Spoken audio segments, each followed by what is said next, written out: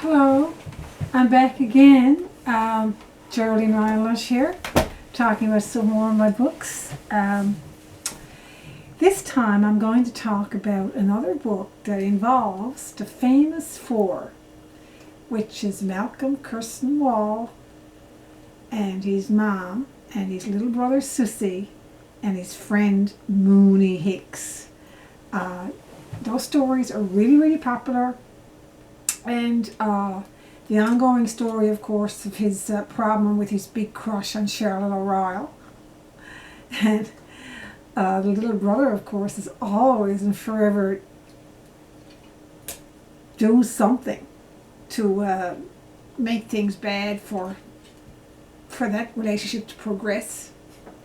So this is called No Go Potty. And it's between all that goes on with Malcolm and his, everyday life, he's only, he's a kid, maybe 9, 10 years old. This little brother keeps getting in his way, so this time he has to help getting him toilet trained. So he has to do all that in spite of being horribly embarrassed in front of his crush, Charlotte O'Reilly, the beautiful Cleopatra eyes Charlotte O'Reilly.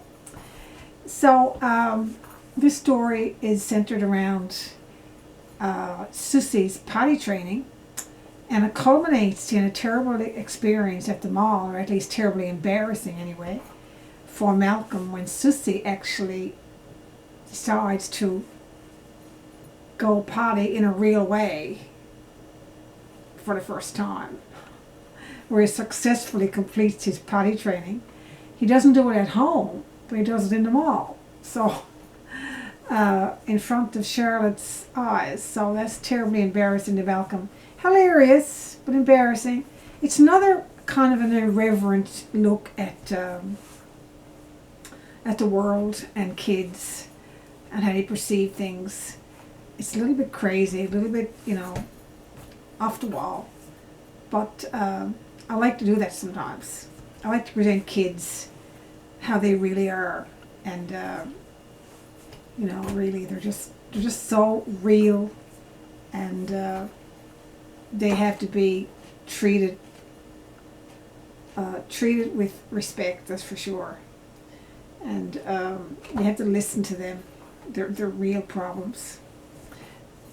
I guess that's probably what I try to get across in my humorous books for kids. Anyway, I'll read portions of this. I'm not going to read all the book because it is rather too much to read in one go. But it's another book in that series. There's 3 now. So I just discovered, earlier the winter, I discovered some manuscripts of another book involving the 4 characters, Malcolm, his mother, Mooney, and Susie, called Malcolm's Birthday Party. This was written years ago and just poked away, but I read it and I just, wow, I said, that's cute. I really should put that out into another book of Malcolm's adventures. So that could be coming up. I don't know how soon, but it will be eventually. Anyway, like I said, I'll read some portions of it, and if you're interested, you can certainly find them where you can find all my books. Amazon, Chapters, Barnes & Noble, libraries, wherever. And if you get a real problem finding them, you can certainly contact me. I'm on Facebook, author Geraldine Ryanlush, Twitter @GRyanlush. I'm on Amazon, or my profile, etc. is on Amazon. You can find out all about me, and you can message me, like I said, on Twitter or Amazon or Chapters or Facebook. You can subscribe to my channel, like I pointed out earlier. I'm not really adept at the mechanics of YouTube. I get all, I can upload a video, but as regards to putting all the extra bells and whistles on there, I don't have time for one thing, and I don't think it's necessary in a lot of cases, but sometimes I'm not even sure if the subscribe button is turned on. So if you'd like to, you can subscribe. If you'd like to, you can like or comment, whatever. Anyway, I hope you like my books, and I will continue to proceed with reading parts of this funny story.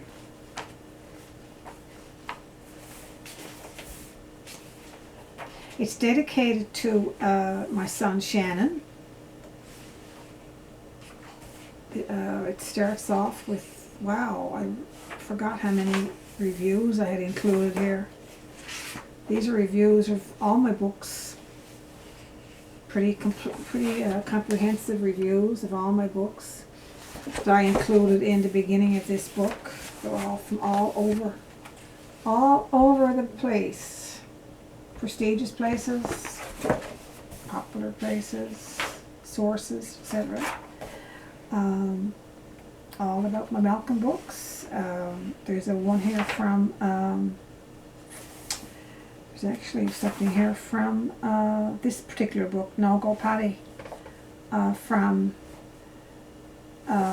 Matthew J. Rawson, Special Education, BFA MED, graphic artist, librarian, the Library of Congress in Washington. So he actually gave a review of this book. Quote, really liked the book with particular emphasis on the voice. It is rhythmic in the way the main character expresses himself, but very much age appropriate, especially in the un-adult filtered directness and honesty. I love that. The writing is so animated that I can easily picture scenes, facial expressions, etc. So that's just one of the many reviews the Malcolm series has received and garnered. I talked at length about this series, I think a couple of weeks ago when I read from the other two books, Malcolm the Klutz and Malcolm and the Hamster Lady. So I will read some of this. Chapter 1. My terror brother. I have a terror brother, and there's a girl who won't speak to me anymore because of him. Interested so far? Want to hear more? Well, here's the dish up. Hope you enjoy it. It's like this, you see. My brother has a problem. He is 3, and he's not toilet trained. Yes, you read it right. He's not, I repeat, not toilet trained. And the whole thing is making my life miserable. I'm hating his name too. Maybe I'll change it. It's not his real name anyway. It's just a handle I stuck on him, since he's what you would call a certified sussaholic, sussomaniac, a Dr. Seuss book hopeless case, saturated hopeless case. I mean, he can't go a half hour without and to think that I saw it on Mulberry Street, or The Cat in the Hat, or Green Eggs and Ham, or There's a Walking in My Pocket, read to him, or he starts having withdrawal symptoms. I mean, he won't eat without one. He won't sleep without one. He definitely won't go to the bathroom without one. He won't do anything without one. He's hooked. And guess who has to feed him his doses of delight on the hour and every hour, even if he has other more important things to do? You got it. Me, of course. The Dr. Seuss book 24-hour medicine dispenser. So this is where Susie, his little brother Susie, gets his name, because he's addicted to Dr. Seuss books, which is a pretty good addiction. It certainly helps with reading, and a lot of my books have been compared to the said Dr. Seuss. So anyway, his mother is pressuring him to help out with toilet training. So let's see now. He tries all that. I'll just skip some, because then he has a phone call from Charlotte O'Reilly, or he's trying to get up enough nerve to call her, I should say, and he's remembering the things that happened before when he tried to dance with her and stepped on her foot and all that, you know. It's strange the things that enter a guy's head when he is trying to make a kid go potty. I was getting so desperate, I toyed with the idea of calling Charlotte O'Reilly to come and help out. Charlotte O'Reilly of the scented hair and Colgate smile, and feet that were never meant to be crushed on by a clumsy ox like me. I wanted to call her. I wanted to tell her that I would be in her play after all. I wanted to tell her that it was no big deal what happened at the dance. It was an accident, and guys step on girls' toes all the time, or chase them and tease them to make them hate them. And then when they end up hating them, it means they really like them. That's what my friend Mooney said anyway. I guess that's what happened at the party that night when the City Slicker campers were playing. Charlotte hated me because Mooney made me laugh and I blew gum in her hair. I can't say I blame her for hating me, I mean. Any girl would hate you if you blew gum in her hair and mashed her toe and sprayed saliva all over her lacy collar. I mean, she wouldn't be normal now, would she? If she didn't hate you, I mean. But I knew she liked me, even though she hated me. Guys just knew these things. At least the smart ones do. Anyway, goes on and on where he goes to, he has all these chores to do, and he finally gets to go to the mall, but he has to take Susie with him. Or his mother goes too, but she gets lost somewhere along the way. She loses him, and they get lost in the mall, and they lose each other, and Susie takes off someplace, and they can't find him. So it's really stressful. They're trying to look for him, he and Mooney, and when they can't find her mother, it gets really, really stressful. So anyway, finally they find him. And guess where they find him? Found a kid in a display toilet. I looked down suddenly. I had left Susie sitting on the floor, playing with a Star Wars Yoda Buddha Mom had bought him. He wasn't there on the floor. He wasn't on the floor anywhere in any part of the store that I could see. He was nowhere to be seen. Okay, I thought. Get hold of yourself. Take a deep breath and count to 10. At count number 1, I couldn't stand it. Mooney, I yelled. Susie's lost. He's not on the floor with the Yoda. He's not on any floor anywhere. What do we do now? Oh, he can't be far, he drawled. Just don't get excited. He flicked the computer mouse in ecstasy. I grabbed his arm. Come on, we have to find him. Mom would kill me. Dad would put me in prison. I ran over to the Zeller store, Mooney dragging behind me. We ran over to the Winners store, Target and Walmart. Then we ran back to Sears, to the home appliances section. Still no Susie. I was just about to rush down to the information desk to page my mother when Mooney poked me sharply in the ribs. Check out Home Improvements, he drawled. He was pointing and laughing like crazy. I rushed over to Sears Home Improvements. There were a crowd of people there, some laughing, some pointing, and some turning up their noses and looking shocked. Do any of you own this little boy? A salesman yelled at the top of his lungs. Everyone shook their heads and kept laughing and pointing and yucking. There was a queasy feeling in the pit of my stomach again, like how I'd felt when Susie sat on Mrs. Dorchester's hamster. What had he done now? All of a sudden I saw him. I saw Susie. My eyes almost popped out of my head. There he was, laughing his head off, with not a stitch of clothes on. Naked like the day he was born. He was pointing into one of the toilets in the new bathroom display section, laughing his head off and looking real proud, like he had something wonderful to show off. When he saw me run towards him, ready to kill him with a look, he pointed again, laughed like crazy, and began to jump up and down. Went potty, went potty, went potty, he screamed gleefully. I rushed over. My knees were getting shaky. All I hoped was that Charlotte O'Royal was nowhere in that mall, that crowd of laughing and pointing and yucking people. I would never live it down. Sure enough, Susie had gone potty all right into the gleaming new purple striped toilet that was sitting there among plush purple striped carpet and mirror tiled purple striped vanity and glistening polished taps. The towel bar was purple too. Susie grinned at his face in the mirror, and then he grabbed a big soft wraparound towel from the towel bar and started wrapping himself in it.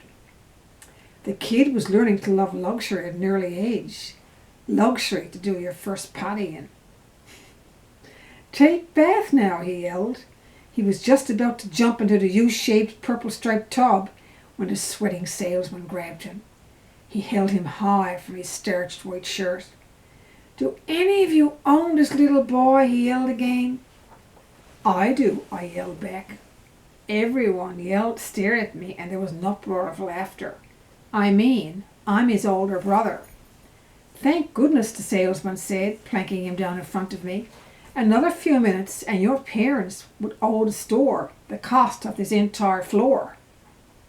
He wiped his forehead and cleaned his glasses and spoke to a line of other salesmen who seemed to appear from nowhere. I was starting to feel pretty embarrassed.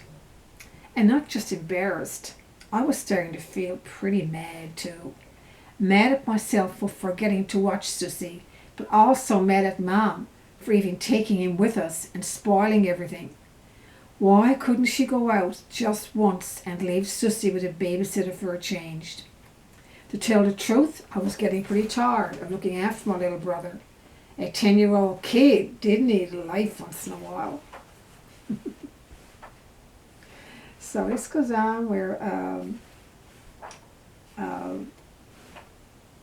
Charlotte witnesses the whole thing, and just it goes on where they have the waitresses at this restaurant have a potty train party for Susie, and it just gets really crazy.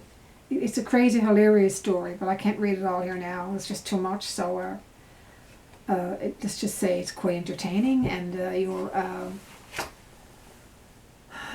children from, I guess, 6 or 7 to 11 years old. Like I said, those books are written for, they're pretty well for first novel readers and reluctant readers. So they make great little novels for that. And they have really realistic characters, the characters that your kids can identify with. So that's the crux of these books. And like I said, they're available everywhere. And if you want to check them out, please do so. And if you want to subscribe to my channel, feel free. Hit subscribe, comment, like, whatever. And visit my Amazon page where you'll find all my books, all about me. I've written 16 books now. And there's lots more coming. So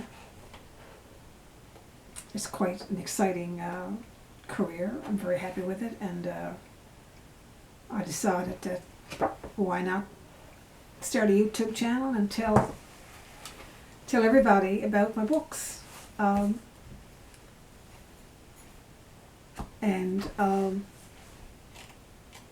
The whole process of writing, which is quite, it may look easy when I sit down here and talk about my books. It might look easy and effortless, but it's far from that. There's a lot of work that went into all my books, years and years of work, but I wouldn't have it the other way. I totally love my writing career.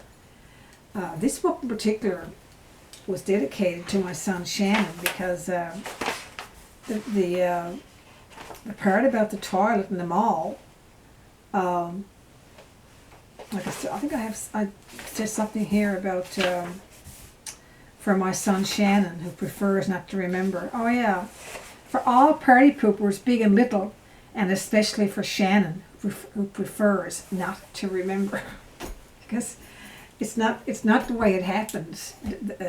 What happens in the book is not the way it happened. Shannon did have a little accident in the mall one time, and in one of the one of the mall toilets, but that's just a very rather simple little incident. It was hilarious at the time. But it kind of, I guess you could say the idea germinated in my mind. And I don't have pictures of Shannon at the launch of this. This was launched at Chapters as well a couple of years ago. I have a lot of pictures of this launch. If you want to see them, you can go on. All the pictures of all my books, or a lot of them anyway, of my book events are in albums on Facebook. I have two Facebook. I have author Geraldine Ryan-Losh and Geraldine Ryan-Losh. It's on either one of those, sometimes interchangeably. But you can find lots of pictures of events that I've done. And this particular book, there's a lot of pictures of this launch, and Shannon is on a lot of those pictures. I don't have a printout of one of the pictures now. I know I did a printout of some of the pictures of the launches that I've had. But it's very time consuming, and I will get to it eventually. I do have a picture of Shannon, an old picture. Well, not really that old, I guess. Right here, when he was about 17. He had just won an award for his poetry. So he and I are getting ready to go to an event at the Arts and Culture Centre. The Arts and Letters Awards. So that's Shannon right there when he was 17. So the like I said, the incident in this book was largely based on a true incident. However, the characters are all imaginative. I was reading the weekend. I was reading some biographical material about other authors of over the years, and famous authors actually. And one thing that rang true, one thread that rang through a lot of what they were talking about in regards to their writings and their books. So many people like to attribute everything they write to something that happened in their lives. Like they say, like people are saying, oh well, she's writing a autobiography here. That's really her story. And these characters, that's her in the main character, and all these people are people that we know in the community, etc., etc. And they were talking about how it made them feel that they didn't take too kindly to it, because sure, there may be people in your life that a memory of something or other starts off the germ of an idea for a story. However, your imagination is what causes you to write. Your creativity and imagination, how you create those characters and the life you give them, it's nothing to do with people you've known. I've written books that I don't know where the characters came from. I just don't know. I do know that I created them. Where they came from, I don't know. So imagination brings your characters to life in your books. And for people to just assume that, oh well, it's no trouble for her to write that book. That sounds like such and such, or such and such, or such and such. No, it's much more complicated and complex than that. And a lot of imagination goes into it. So I guess you could say that writers, it's an art, and as an art form, it's a gift. So I consider myself really privileged to, I guess probably I was born with that gift, even though I didn't realize it until a long time after I grew up that I actually had a gift for writing. And I always loved to write, but I never really got into it seriously until much later. And I wish now that I had. I wish I had known when I was like a teenager even, that I could make something of my writing. I could be published and be success even then. But that's another story. The fact of the matter is, I did pursue it later in life when my children were older and so on. And it's very exciting, and it has been very exciting. and it will continue to be very exciting. So that's my little conversation for now. And I hope I've added some insight to anybody that's interested in pursuing a writing career or playing around with it right now and just, enjoying writing and wondering if in fact you can go anywhere with it. I hope you do. But let me warn you, it's not for the faint of heart, and it's not for the lazy. It's work. Thank you very much for listening and looking, and I hope you look up this book along with all the rest I've written. Like I said, I repeat it again, they can be found on Amazon, .ca and .com, which .com is all over the world. .ca if Canadian. Can be found in Barnes & Noble and all these American sites. They can be found in Chapters Indigo, which is the Canadian Chapters major bookstore chain. They can be found in libraries all over the place. And if you've got a real problem finding them, you can contact me on Facebook or Twitter. My Twitter address is @grindlush. So have a great day and be good. Stay safe, stay home, and I will see you soon.